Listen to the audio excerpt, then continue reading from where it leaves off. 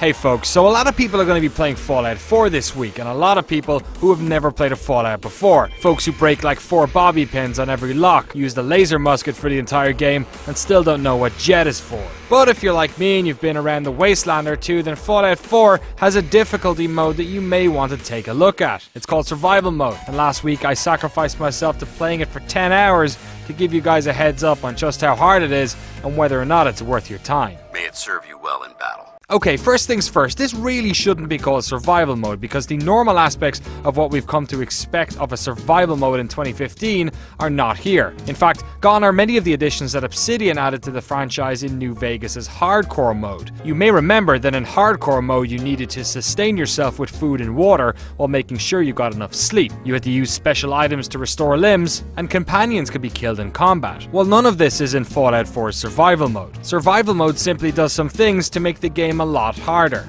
First of all, you're going to take a lot more damage and give out less. This is mostly going to be a problem when you encounter packs of enemies. In Fallout 4, feral ghouls and mole rats frequently attack in packs, and often unexpectedly. Ensuring you have enough AP to VATS when they swarm you is important, but so too are bullets. Fallout players are used to having to scrounge around for ammunition, but even abundant ammo like 10mm rounds can be hard to come by in survival mode. Not just because the game is hard, but because you're not going to be spending as much time getting into potentially lucrative firefights. It takes bullets to get bullets, and while on normal difficulty Fallout 4 presents you with firefights which can often prove worthwhile, engagements in survival mode can be so taxing that you find yourself avoiding them. And this is basically the loop of survival mode, what is essentially an exercise in decision making. You can't afford not to get into battles which may net you better gear and weaponry, but in survival mode you have to pick your battles and make sure you're damn prepared for them. Invest in stim packs, use chems in battle, buff out and psycho for taking hits, and jet for giving it. Try and ensure you have one decent long-range weapon.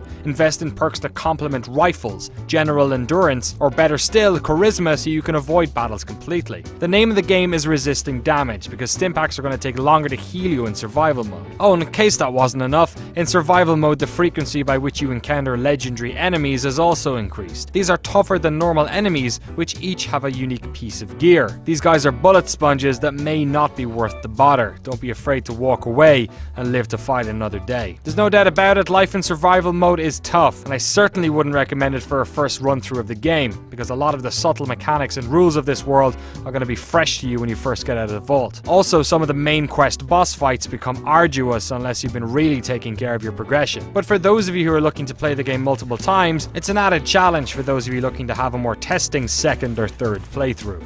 For more Fallout 4 tips, make sure you check out GameSpot's Fallout 4 show, and in the meantime, for all your Wastelander needs, stay tuned to GameSpot.com.